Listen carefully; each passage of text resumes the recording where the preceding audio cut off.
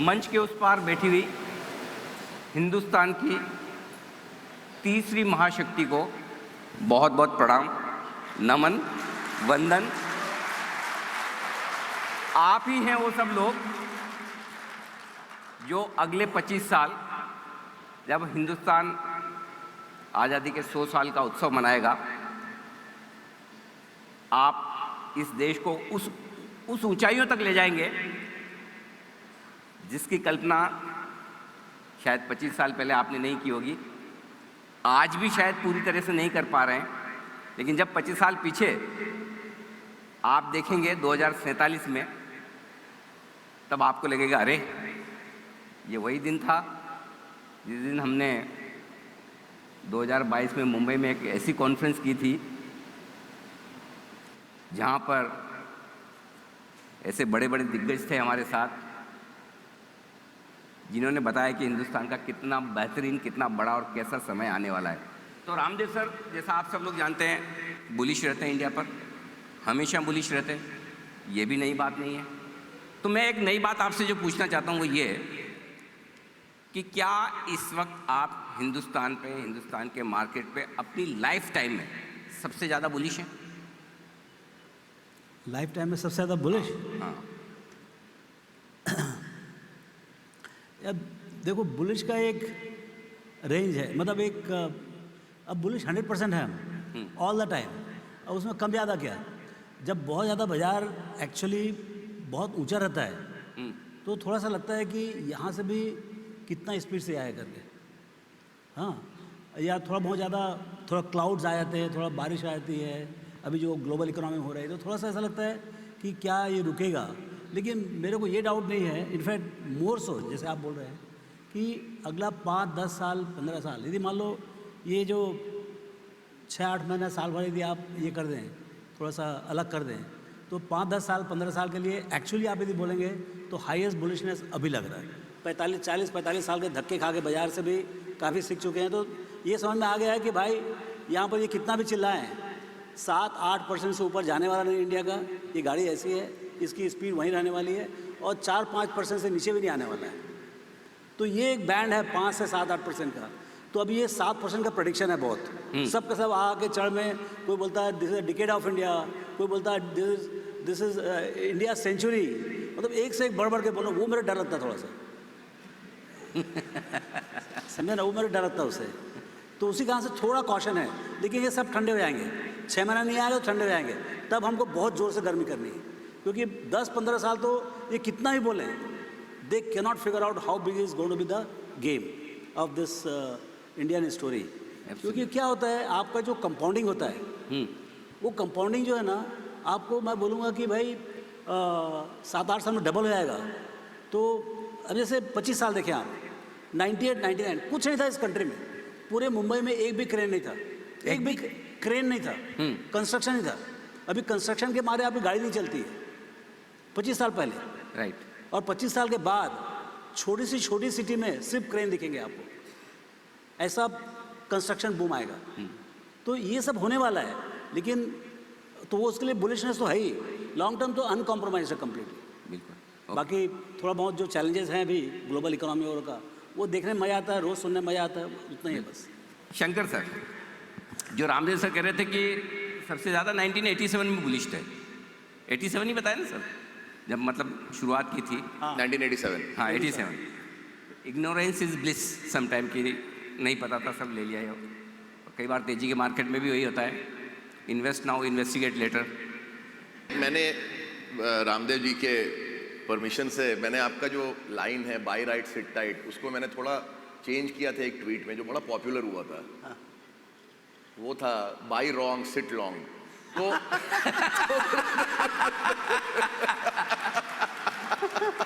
क्या बात है। तो बुलिश होना ठीक है, लेकिन किस चीज पे होना है वो भी इक्वली इंपॉर्टेंट है।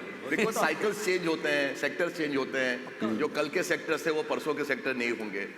तो बाई एंड होल्ड अच्छी बात है, but by and hold what is the real question. Absolutely. तो वो एक खुदा गवाह फिल्म आई थी अमिताभ की, जी, बच्चन साहब की, आपके फेवरेट हैं, खुदा गवाह। खुदा गवाह, हाँ हाँ। उसमें एक डायलॉग था, ज़्यादा मत सोचो लाले जी जान, जब सोच गहरी हो जाती है तो इरादे कमज़ोर हो जाते हैं। तो क्या हिंदुस्तान उस फेज़ में आ गया है जब दुनिया भर में क्या चल रहा है हमें कोई लेना देना नहीं है? आप तो सबसे पहले इंडियन हैं जो वाकई में ग्लोबल हुए। अभी भी आप दुबई में बैठ के पूरी दुनिया पे नज़र रखते हैं। तो ये सब दुनिया में जो कुछ चल रहा है उससे डरना या इग्नोर, जस्ट इग्नोर? खुदा गफा जो पिक्चर थी ना, उसकी एक और बहुत बहुत बढ़िया डायलॉग थी। जी। वो अमिताभ बच्चन कुछ इंडिया चला जाता अफगानिस्तान से, कुछ उसका कुछ वायदा था निभाने के लिए। जी, जी। ये ऐसी कोई कहानी थी ना। एब्सोल्युटली। और श्रीदेवी पागल हो जाती है, हाँ, इंतजार करते करते। और वो रोड पे लोगों को रोक रोक के कहती थी बादशाह खान एक दिन आएगा, वो जरूर आएगा। हाँ, बादशाह खान आया ना, वो बेचारा जेल में चला गया था वहां पे। तो अभी जो इक्विटी मार्केट की जो स्थिति है हमारी, जो रिटेल इन्वेस्टर्स की जो बाइंग पावर उभर के आई है, जो यहाँ पर दे रिप्रेजेंट रिटेल इन्वेस्टर्स। तो मैं इस मीटिंग के पहले बात यही कर रहा था कि हमारी थ्योरी थी अर्ली 90 से कि कभी ना कभी ये रिटेल इन्वेस्टर जरूर आएगा और पूरे फोर्स से आएगा, और एक ना एक दिन वो बादशाह खान बन के घोड़े पे दौड़ता हुआ आके बचा लेगा श्रीदेवी को। वो आ गया, बचा गए फाइनली 25 साल के बाद। करण अर्जुन आ गए हैं। और हम लोग सब श्रीदेवी थे, सब हमें पागल कहते थे। तो करण अर्जुन दो तरीके से आए। एक तो ये सारे के सारे हैं, और दूसरे थोड़े इनडायरेक्टली म्यूचुअल फंड के जरिए। म्यूचुअल फंड में भी इंडिया का रिटेल इन्वेस्टर है। तो बेसिकली अब अगले 25 साल रिटेल स्टोरी आपके साथ 100% इंडिया में। 100%। चलें अब वापस घर, हो गया ना, आगे बोलना क्या? अगले 25 साल की स्टोरी क्लियर है सर। मतलब आप बुलिश हैं सर? एक लाइन का स्टोरी है, इंडिया ही है और कुछ नहीं है।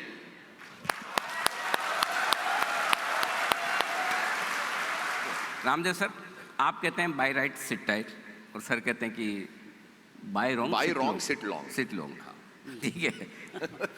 तो बड़ा मतलब थोड़ा विरोधाभास है। तो पहले आप बताएं कि सही क्या है, क्योंकि आजकल है ना इतना शोर शराबा है ना।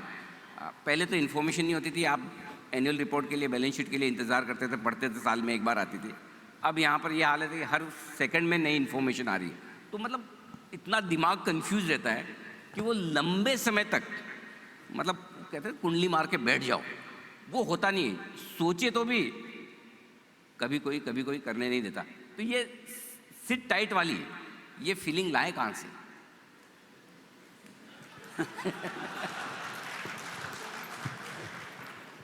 देखिए, ये जो पेशेंस वाली जो बात है, विजन, करेज एंड पेशेंस, वैसे हमारे 3 चीज़ चाहिए। Vision, courage, patience. तो विजन तो आपने बता दिया, मतलब ब्रेकआउट टाइम है। I couldn't agree more with them. So अब ब्रेकआउट टाइम हो गया है, तो अभी कौन सी कंपनी है जो कंपाउंडेड पास था, तो कौन सी कंपनी कंपाउंडेड फ्यूचर है, कौन कौन से बिजनेसेस हैं जो कंपाउंडेड है। तो ये क्या होता है, कंपाउंडिंग जो है मतलब बहुत ग्रोथ चलता है 3 साल 5 साल, लेकिन कौन सा ऐसा बिजनेस है, फॉरगेट अबाउट कंपनी, कौन सा ऐसा बिजनेस है जो अगले 25 साल में जब इंडिया आगे बढ़ेगी तो उसमें भी वो उससे डबल स्पीड से बढ़ेगा। जो जैसे आपका बैंकिंग है, बैंकिंग के बिना कुछ नहीं होता है। कोई कंट्री का उधार नहीं होने वाले। और बैंकिंग पिछले 20-25 साल में जो मैं जितना बैंक ऑडिट किया हूँ, मैं देखा हूँ, उसमें बेस्ट कंडीशन में कभी है तो आज है बैंकिंग। और वो भी पब्लिक सेक्टर से प्राइवेट सेक्टर, मतलब पब्लिक सेक्टर खत्म हो रहा है, प्राइवेट सेक्टर आज बन रहा है। अब आगे आपका जो क्रेडिट इंटेंसिटी है जीडीपी का, जब आपका 250 लाख करोड़ का जीडीपी जब 500 लाख करोड़ होगा, तो आपको मिनिमम 200 लाख करोड़ का और क्रेडिट देना पड़ेगा। तो ये कोई बैंक का एक दूसरे से कंपटीशन नहीं है, कौन कितना कर सकता है, कौन अच्छे से चला सकता है, उस टाइप का। तो कंपाउंडेड पास था अपॉर्चुनिटी, और ये कंपाउंडेड अपॉर्चुनिटी है। गलतियाँ वहाँ भी होने वाली है। ये जो 2010 से 2020 के बीच में जो वो क्रॉनी कैपिटलिज्म जो बोला, जिसमें मतलब गलत लैंडिंग हुआ, वो आएगा, लेकिन वो थोड़ा 5 साल 7 साल के बाद आएगा, जब पूरा मतलब ऐसा होगा कि हम गलत कर नहीं सकते, तभी वो गलत करेंगे। लेकिन अपॉर्चुनिटी जो उस समय डिसिप्लिन रहेगा, जो 1-2 बैंक है उन्होंने दिखाया कि ख़राब समय में भी वो डिसिप्लिन रहते हैं, तो वो सब बैंक जो हैं उनके कंपाउंडेड फ्यूचर है। आईटी है, बहुत बड़ा सेगमेंट, 1% था 2001 में, आज 24% है। टोटल कॉर्पोरेट प्रॉफिट का 24%। कोई ऐसा साल नहीं है जब कॉर्पोरेट प्रॉफिट बढ़ा नहीं वहाँ का। अब उसमें कौन हीरो हैं? देखिए, मेरे को ऐसा लगता है कि अगले 10-15 साल में आईटी का corporate profit will be may be 30%, 35% bigger than banks. इतना बड़ा कहानी है उसका। उसके बारे में जाएंगे तो टाइम लग जाएगा। Right. तो ऐसे आपको कंपाउंडेड अपॉर्चुनिटी देखना पड़ेगा। और देखिए, कई इंडियंस माइक्रोसॉफ्ट, गूगल वो चला रहे हैं, तो वो माइंडसेट यहाँ है। राइट। तो वहीं पर अपॉर्चुनिटी है। और सेक्टर हो तो आप मतलब अल्टीमेटली आप सेक्टर नहीं खरीदते, आप कंपनी खरीदते हैं। जी। तो वैसी कंपनी खोजनी पड़ेगी। तो सर, आपकी जो स्टाइल है वेल्थ क्रिएशन की, आप 10, 15, 20 साल के लिए लेते हैं। आपको सारे वो बड़े बड़े आयशर और HDFC बैंक जैसे बड़े बड़े नाम पसंद है। शंकर सर बिल्कुल अलग है हमारे। शंकर सर को small cap, mid cap share पसंद है। वो 10, 15, 20 साल नहीं, बोले डबल हुआ नया लाओ। Right sir? तो टू सम एक्सटेंट। हाँ, तो मतलब आज के माहौल में कौन सी सही है, आप वाली या रामदेव सर वाली? ऐसी कोई बात नहीं कि आप ये करो ये ना करो, सही मात्रा में करो। लार्ज कैप्स की एक भूमिका है पोर्टफोलियो में, no doubt about it, because एक सॉलिडिटी देते हैं आपके पोर्टफोलियो को, वॉलेटिलिटी कट करते हैं। एंड ऐसा नहीं कि लार्ज कैप पैसे नहीं बन सकते, ठीक ठाक बनते हैं। लेकिन जो आपको मार्केट में आप आ रहे हो basically to buy risk. Right. That is the whole purpose of investing is मैं रिस्क के लिए मार्केट में आ रहा हूँ ना, मैं डी रिस्क करने के लिए नहीं आ रहा हूँ। डी रिस्क करने के लिए तो बैंक में FD कर दूँ ना। मैं रिस्क खरीदने के लिए आ रहा हूँ। रिस्क जहां पर है आपको पैसे वहीं बनने वाले हैं। रिस्क नॉर्मली आपको स्मॉल कैप्स में ही मिलेगा है। ये आजकल ये जो बड़े ई-कॉमर्स कंपनियों के जो नए नए सारे एंटरप्रेन्योर्स आ रहे हैं, स्टार्टअप्स वाले आ रहे हैं, लिस्ट हो रहे हैं, अनाप शनाप वैल्यूएशंस पे, लोग सीधे भी पैसे लगा रहे हैं स्टार्टअप्स में, लिस्टिंग पे भी लगा रहे हैं, IPO में भी लगा रहे हैं। ठीक है ये? सर मैं तो मानता हूँ बिल्कुल फ्रॉड है। पूरे कॉन्फिडेंट है आप? आज सुबह एक दूसरे सज्जन से भी मैं मिला, बाय द वे। तो रामदेव जी ने बुला लिया बम्बई, तो अब मैं छोड़ा दिन में एक्चुअल काम भी कर ले यार। तो वो चार्टर्ड अकाउंटेंट है आप लोग दोनों की तरह जी। बहुत स्मार्ट लड़का है, मेरे नीचे बहुत साल काम किया है। तो मैंने उसको अच्छी अच्छी चीज़ें भी सिखाई और बुरी चीज़ें भी सिखाई कि एंट्रियाँ कैसे पास करती हैं कंपनियाँ, हाँ कैसे मैनिपुलेट होते हैं कैपेक्स। बिकॉज मैंने कहा कि बेटा ये पहले तू समझे ना, जो अच्छी अच्छी चीज़ें तो उसके लिए तो अब मेरे पास आने की कोई ज़रूरत नहीं है। मेन तो गुर ये है जी। तो कहा सर उसके बाद मैंने स्टार्टर्स को ज्वाइन किया। हाँ तो मैंने पूछा क्या जर्नी रही तुम्हारी? कहता सर जो आपने सिखाया था सब कर रहे हैं। तो सर ये रामदेव सर, ये फिर कब तक चलेगा? ये खाना बनाने वाली कंपनियां, उनके शेयर तो चलते नहीं है, खाना खिलाने वाली और बांटने वाली कंपनियों के शेयर भाग रहे हैं।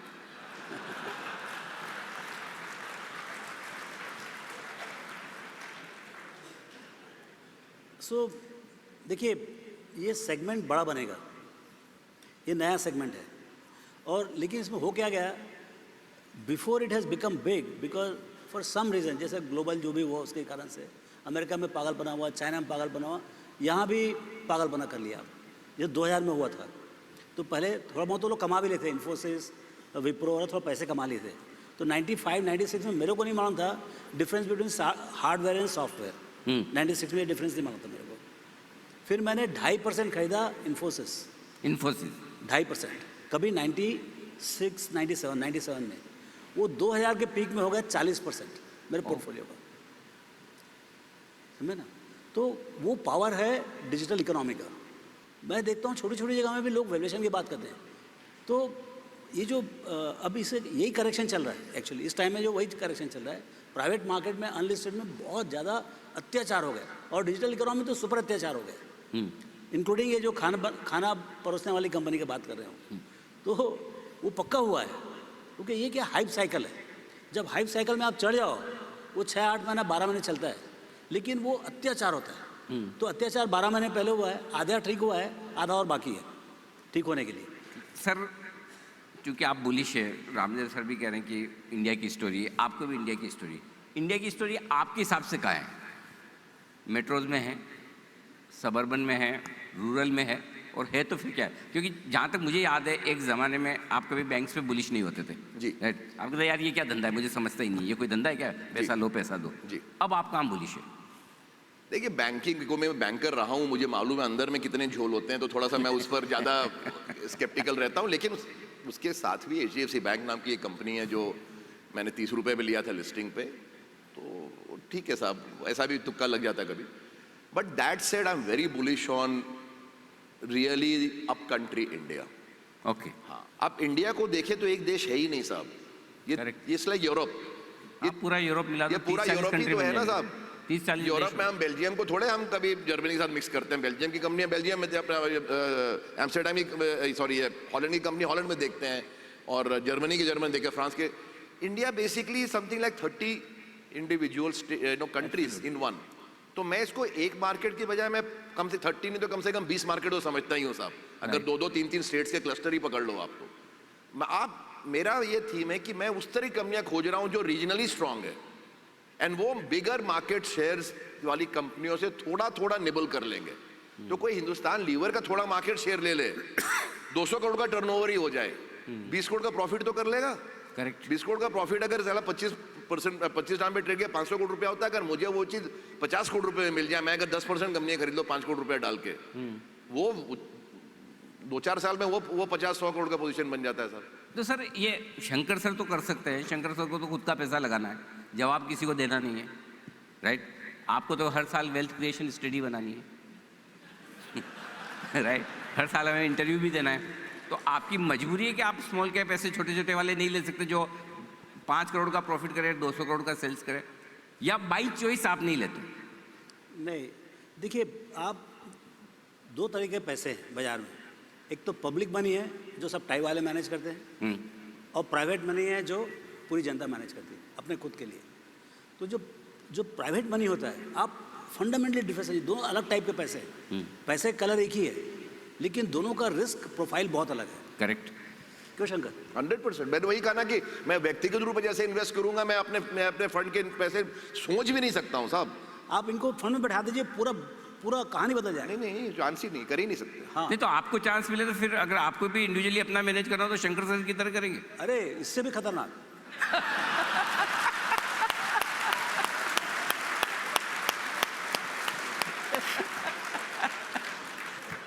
Why people used to enjoy Rakesh? I mean, dear Rakesh, I would say, because his private money. आपके चैनल में भी आके जिस ढंग से बात कर सकते थे, right, even under SEBI's guidance restrictions, वो पब्लिक मनी में पॉसिबल ही नहीं है। जी बिल्कुल, राइट। तो ये फंडामेंटल डिफरेंस समझना ही पड़ेगा आपको। लेकिन अनफॉर्चुनेटली हर आदमी प्राइवेटली पैसे मैनेज नहीं कर सकते। सो ये जो थॉट प्रोसेस है लोगों की अभी जो बदल रही है वक्त के साथ, कि पहले थोड़ा ट्रेडिंग करके मोटा पैसा बना लें, कुछ कर लें, फिर इन्वेस्टमेंट करेंगे, संभव है ऐसा? देखिए, मैं अपने जीवन की बात कर सकता हूँ। अपने पास पैसे होते तो थे नहीं जब स्टार्ट किया था, तो हमने तो सट्टे में पैसा कमाया सर, इन शॉर्ट। तो मैं कोई साईं बाबा नहीं हूँ कि नहीं बेटा ये सब गलत चीज़ है, ये सब ना करना कभी भी। हमने सारे पाप किए हुए हैं। तो अच्छा, मैं अभी क्वेश्चन पूछता हूँ। तो अभी ये बताइए, आप कब किस साल से चालू किया आपने? मैंने 89 एंड में स्टार्ट किया। 89 में? हाँ, जॉब छोड़ के। हाँ, फिर आपको तो सही टाइम में चालू किया आपने। आप जैसे चालू किया हर्षद मेहता बुलडन हो गए, तो बहुत पैसा बनाया ना उसमें। बहुत पैसा कमाए होंगे आप लोग। तो ऐसा कौन सा अभी क्या लगता है कि हर्षद मेहता बुलडन होने वाला है सर अभी? 100%। 100%? 95 भी नहीं? 100% सर। 100%। किसी भी नेशनल चैनल पर आप जब डिबेट देखते हैं तो सबसे सक्सेसफुल एंकर वही होता है जो दो पैनलिस्ट को आपस में और खुद देखकर आराम से आनंद ले।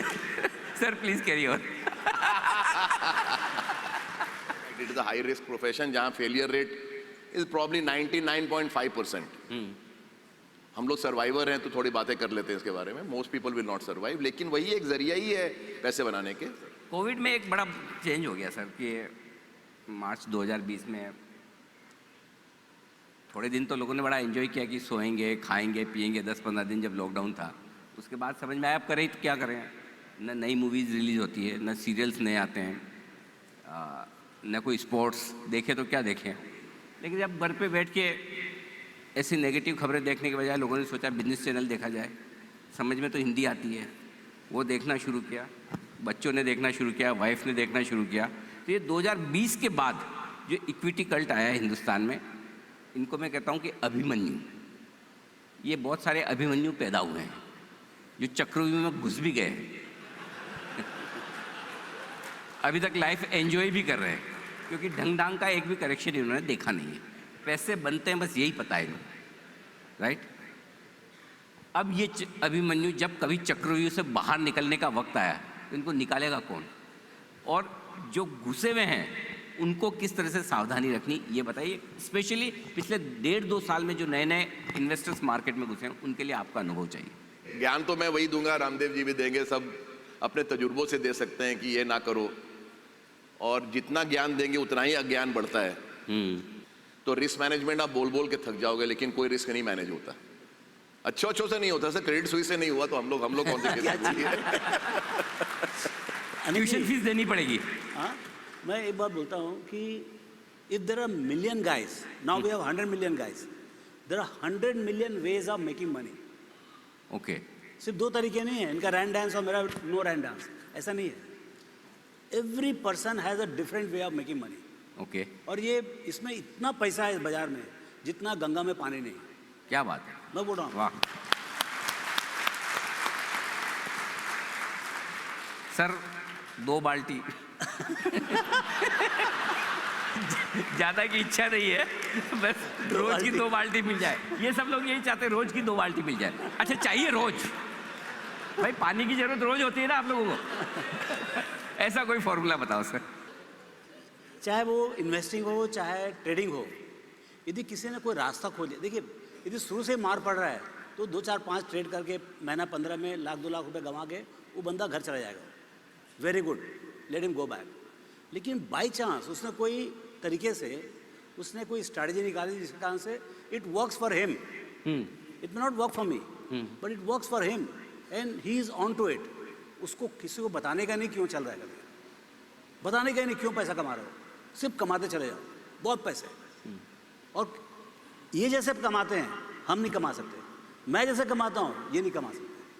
तो you don't have to copy anybody's strategy.